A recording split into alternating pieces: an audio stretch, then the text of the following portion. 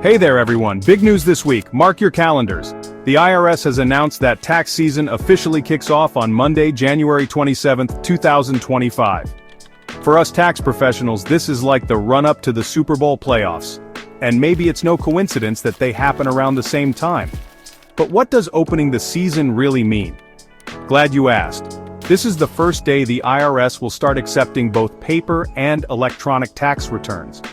Even if you've already prepared your return, the IRS won't begin processing them until that day. So if you're waiting for a refund, the clock officially starts ticking on January 27th. Now you might hear some buzz about early processing or early returns. While the IRS does conduct a soft launch to test the system with some early returns, most of us will see our filings processed starting January 27th. The IRS Commissioner, Danny Werfel, assures us that the IRS has been working hard to gear up for the season.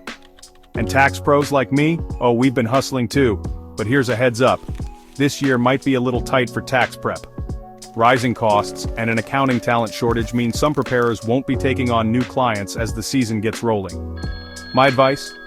Find your trusted tax preparer early. Don't wait. Speaking of which, let's talk about filing deadlines. Even if you can't pay your taxes, you should always file on time or request an extension. Late filing can lead to hefty penalties, and nobody wants that, right? Now, good news for taxpayers. There are free options available. Check out programs like Direct File and Free File for eligible taxpayers. You can also find help through the VITA and TCE programs. These programs offer free tax assistance from IRS-certified volunteers, especially for seniors, people with disabilities, and those who speak limited English. And for my military friends, don't forget about MilTax, a free e-filing program for service members, their families, and recent veterans. It's a fantastic resource to make tax season just a little easier. Oh, and one more thing. I mentioned this last week, but I'm heading to Alaska as part of a special tax prep project. I'll be joining a team of tax pros to help remote communities file their returns through the VITA program.